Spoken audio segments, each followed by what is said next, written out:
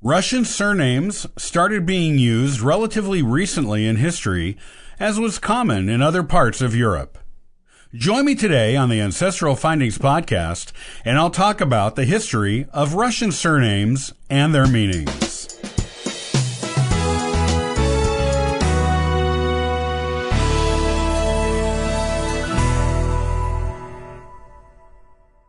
In ancient times, most societies only required a person to have a first name.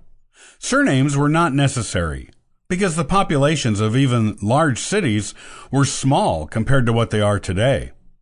As the centuries marched on, populations rose to the billions of people in the world we have today.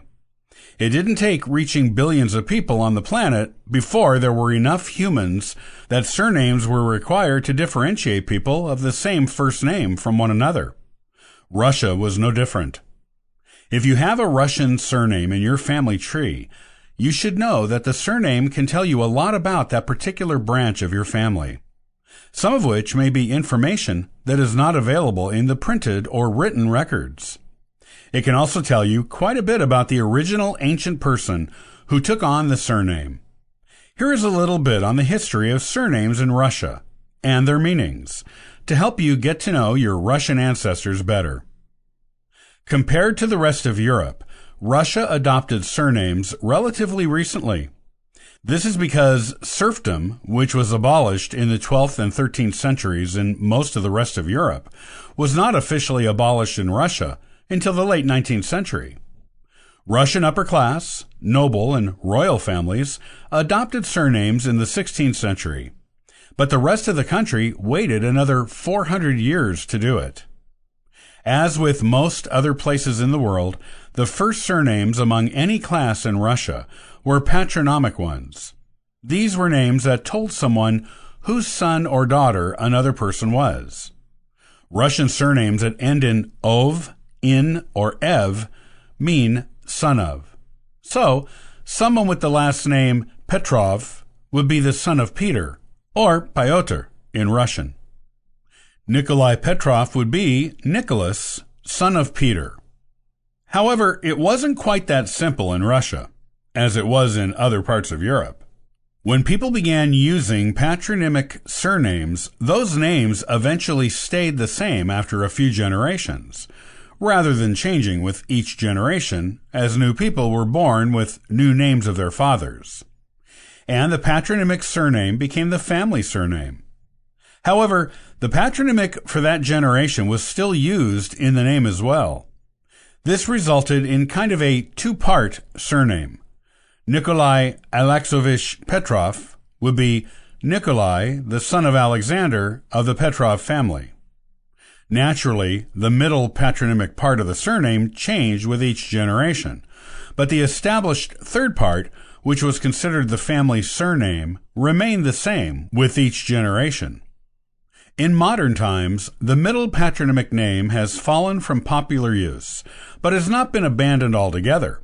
While most modern Russians just have the family name as a surname, you will still find those who use the patronymic before the surname.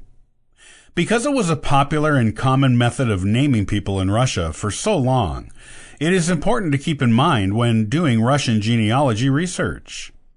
The three most popular surnames in Russia today are patronymic surnames: Smirnov, meaning meek, Ivanov, and Petrov.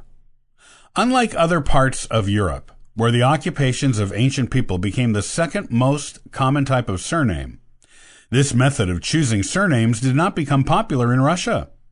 There are a few, like Plotnikov, based on Plotnik, which means carpenter, Rybakov, based on Rybak, which means fisherman, Kuznetsov, based on Kuznets, which means smith, and Mechnikov, based on Melnik, which means miller. However, this type of surname is unusual in Russia.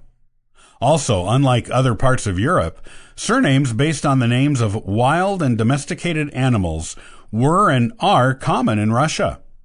Surnames based on types of birds are especially common among the animal surnames in Russia. Surnames meaning ram, wolf, bear, sable, beaver, bull, cat, and dog are among the most popular animal surnames in Russia that are not bird-based, with Kotov and Koshkin meaning cat being far more common than Sobakin meaning dog. Bird-based surnames found often in early and modern Russia include those meaning falcon, pigeon, sparrow, eagle, magpie, crane, cockerel, thrush, goose, and duck. Russian surnames may also be feminized when they belong to a woman. Ending a surname in A makes a surname feminine and suitable to be used by a woman.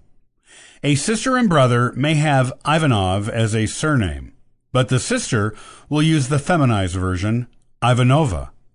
This is not a universal usage in Russia, but it is still pretty common, even in modern-day Russia, to feminize surnames for women. Russian surnames ending in ich and ko are gender-neutral and are most common in the Ukraine area of Russia. Women in Ukraine do not feminize their surnames. Because there are different ethnic groups present in Russia, surnames tend to adapt to the language and customs of a particular ethnicity. As an example, surnames in Latvia all end in the letter S, even if their origin was Russian, which it usually was. This means in Latvia, Petrov becomes Petrovs, and so on with all other surnames. Surnames from the Asian part of Russia, like Rahman and Ali, usually became Russianized over the generations to become names such as Rashmanov and Aliyev. In the late 19th and early 20th centuries, well-known public figures typically took on pseudonyms that reflected characteristics or traits they wanted to be associated with them by the public. A good example of this is Vladimir Ulyanov, who later took on the pseudonym Lenin, named after the river Lena in Siberia. He is still known today as Vladimir Lenin. Vladimir was not the only public figure or political leader in Russia to do this. Joseph Dashugashvili took on the pseudonym Stalin, after Stal, the Russian word for steel. Vyacheslav Scriabin became known as Vyacheslav Molotov, after Molot, the Russian word for hammer. And Lev Rosenfeld became known as Lev Kamenev, after Kamenev, after Kamen, the Russian word for stone. Their chosen surnames reflected well the personality traits by which they came to be known.